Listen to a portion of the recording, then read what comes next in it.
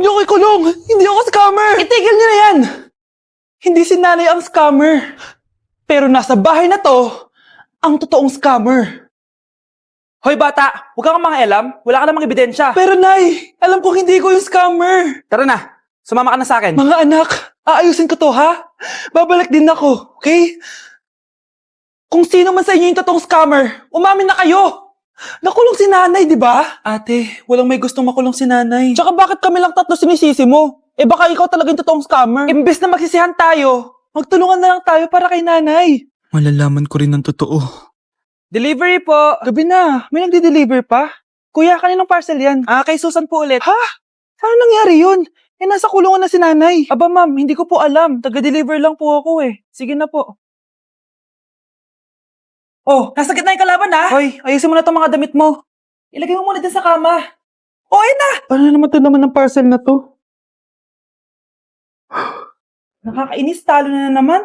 Ano ba? Ba't nandito to? Ito ba yung galing sa scam?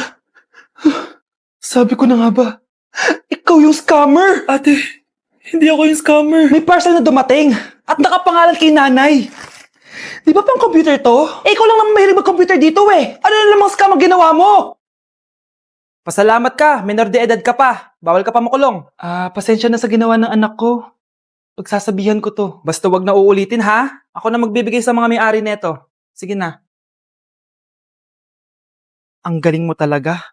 O eto, sino to cellphone? Akin tong pera. Mas kailangan ko to. Galingan mo pang mang-scam para mas marami tayong makuha. Bahala sa'yo. Makakaasa ka. Gagalingan ko pa.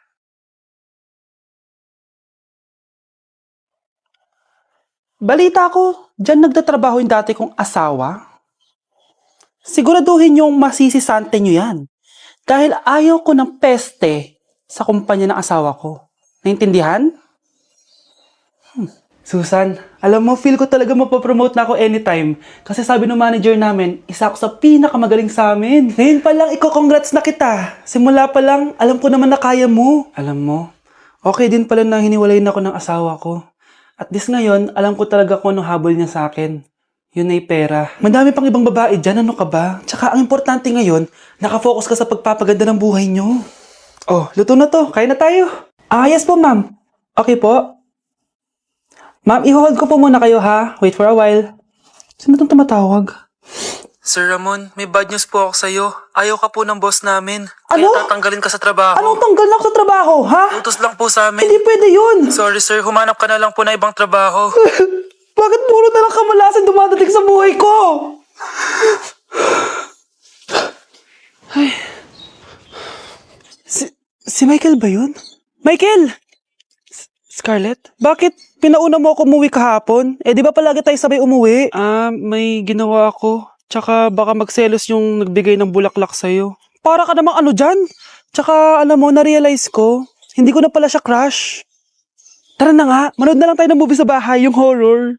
Sige na nga. Michael? Ma? Ano ginagawa mo dito, ha? Get in the car, uuwi na tayo. Di ba sabi ko sa'yo, nababoard ako sa bahay, kaya umalis ako? Michael, siya yung nanay mo? Kilala mo nanay ko? At sino naman tong babaeng kasama mo, ha?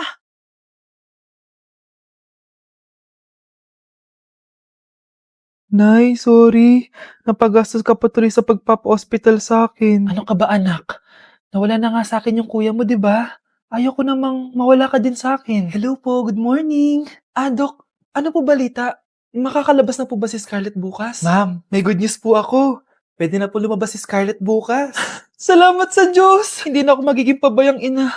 Ayoko na maulit yung nangyari sa kuya mo. Nay, ano pala nangyari kay kuya? Hindi mo pa nakakwento sa akin yun. Ha? Bata pa yung kuya mo, anak, nung nawala ko siya sa palengke. Mare, magkano tong sitaw? 50 na lang sa'yo, Mare. Ang mahal naman, Mare. Pwedeng 20 na lang to. Mga laruan ba yun? Ang ganda nun na. O siya, sige na, kumare naman kita eh. Ayun yung gusto ko sa'yo eh. Tara na, anak. Anak? Anong lugar na to? Nasaan yung batang yun? Nasaan na si nanay? Nay! Anak! Ate, may nakita po kayong bata dito? Ay, wala po akong nakita eh. Nasaan na ba yun? Anak! Simula noon, hindi ko na nakita yung kuya mo, Scarlett. Hanggang sa may pumuntang pulis sa bahay natin. Ang sabi nila, Patay na daw siya. Grabe naman yung nangyari kay Kuya Nay. Ang lungkot naman po pala nung nangyari sa Kuya ni Scarlett. Sige na po, ma'am. Kailangan ko pa po bisitahin yung mga ibang pasyente. Sige po, Dok. Salamat po. Anak, ang importante, makakauwi ka na bukas. Opo, Nay. Makakapag-thirst trap na ako ulit.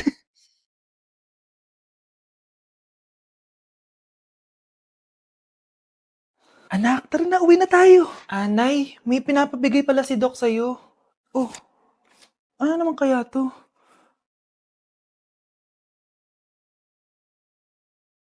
Paano nangyari yun? Wow, Edward! Ang ganda naman ng bahay mo. Simula ngayon, Scarlett. Dito ka natitira, ha? Masanay ka na. Matanong ko lang, bakit pala gusto mo akong panagutan? Di ba, iniwan mo na ako? Scarlett, hindi naman talaga kita iniwan. Alam mong, kinailangan ko lang sumama ng matagal sa ibang bansa. Kasama yung mga magulang ko. Ang importante, nandito na ako, Scarlett. Bubuo na tayo ng pamilya. Ang sarap naman pakinggan nun. Oh, Scarlett, bakit? Ang sakit ng tiyan ko. Ha? Teka lang, tatawag ako ng nurse, ha? Diyan ka lang. Edward. Buti na lang dumating ka, tita. Ako, Edward, salamat sa pera, ha? Makakasiguro kang kay Scarlett lahat mapupunta. Bakit nandito yung babaeng yan, ha? Paalisin niyo yan! Ha? Anong nangyayari? Scarlett? Anak, di mo ba kilala? Nanay mo ko. Hayaan mo, baka dala lang ng pagbubuntis niya. Tawag lang po ako ng nurse, ha? Scarlett, dyan ka lang, ha? Edward, huwag mo ko iwan, please! Huwag mo ko iwan dito sa babaeng to! Akala mo ba makakatakas ka sa akin? Binigyan ako ng malaking pera ni Edward, oh. Nakuha ko na yung gusto ko. Ngayon, pwede ka na mawala. Nay, huwag po, please. Scarlett, pigilan niyo babaeng yan! Brianna? Tita, anong ginagawa niyo kay Scarlett, ha? Wala. Ina-adjust ko lang yung unan niya. Napakasama mo, tita. Sariling anak mo, papatayin mo. May ipapakulong ako dito. Ano? Kulong? Edward, nakatakas siya. Scarlett, hayaan mo na siya. Hindi ka na niya pwedeng saktan, ha? Paano yung pera? Buti na nakatakas ako. At least may cheque naman ako. Nasaan na yun? Nasaan na yung cheque? Ito, naiwan niya. Thank you, Edward. Masaya ako para sa inyo, ate. Scarlett, Brianna, hanggat nandito ako, poprotektahan ko kayong dalawa. Bes, bakit ka absent kahapon? May pinuntahan kasi ako, Bes. Ano yan? Ba't mo tinatakpan yung bibig mo? Mabaho ba yung hininga mo? Ano kasi Hala, naka-braces na si Scarlett! Kaya siguro absent siya kahapon. Bes, magkano yung braces mo? Di ba mahal yan? Rich kid ka siguro. 5K lang to, pero naka-promo kasi sila, kaya 3K na lang. Ako na rin nag-change ng rubber kasi kamahal man. Nandito ba si Scarlett? Present po, ma'am. Anong present? Ayusin mo nga magsalita. Sorry, ma'am. Di po kasi ako makapagsalita na maayos. Masyakit po kasi yung braces ko. Ay, wow, kala mo talaga. Anong ginagawa niya? Over naman sa pakita ng brace? Bes, ano yan? Ba't ganyan ka mag-tiktok? Siyempre, para makita ng mga friends ko na may braces na ako. Ganon? Tsaka para ma-ROI ko na din to, no? Sige, Bes. Tinggalan pero sa basketball tampak hindi ka papagbigyan.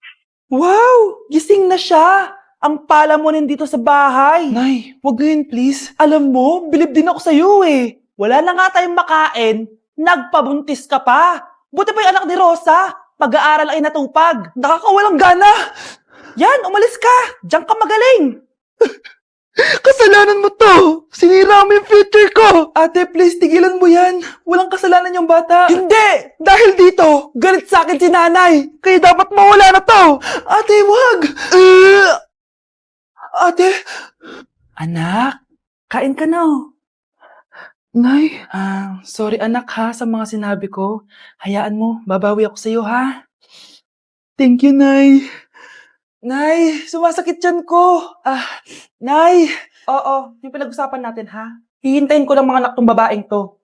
Pag nabigay ko na yung bata, ibigay mo na agad yung pera sa akin ha. Balak ibenta ni nanay yung anak ko. O anak, okay ka lang? Walang hiya ka, Nay! Ang sama mo! Akala ko, totoong nagbago ka na. Pera pa rin pala yung nasa utak mo. Abay, bakit? Wala ka nang pakinabang dito. At least yung anak mo, mapapakinabangan ko. Wala ka namang papakain dyan eh. Napakasama mo! Lalayas na ako sa impyernong to! Sige, lumayas ka! Sino tinakot mo? Tignan natin kung saan ka pupulutin. Hello, Bes. Hello, Bes. Kilala mo ba si Edward? Oo, Bes.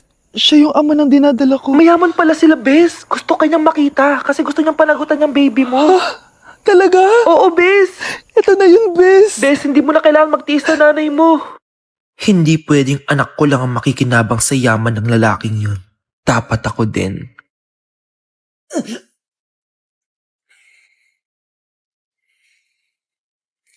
Isa ka na din katulad ko, anak. Anong ginawa mo sa akin, Nay? Kakaiba yung nararamdaman ko. Gusto mo malaman ang totoo, di ba?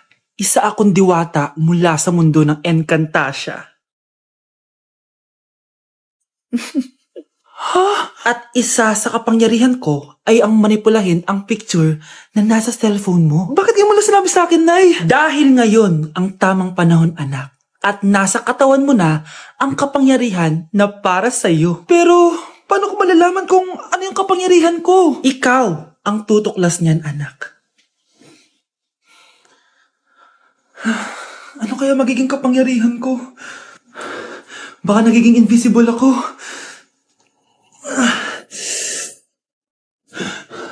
Hindi ako nawala. Baka kaya ko magpalutang ng gamit.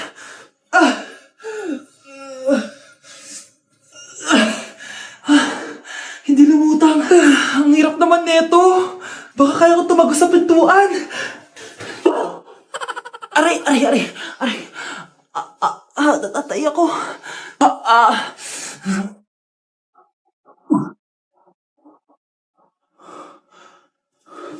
Ano yun?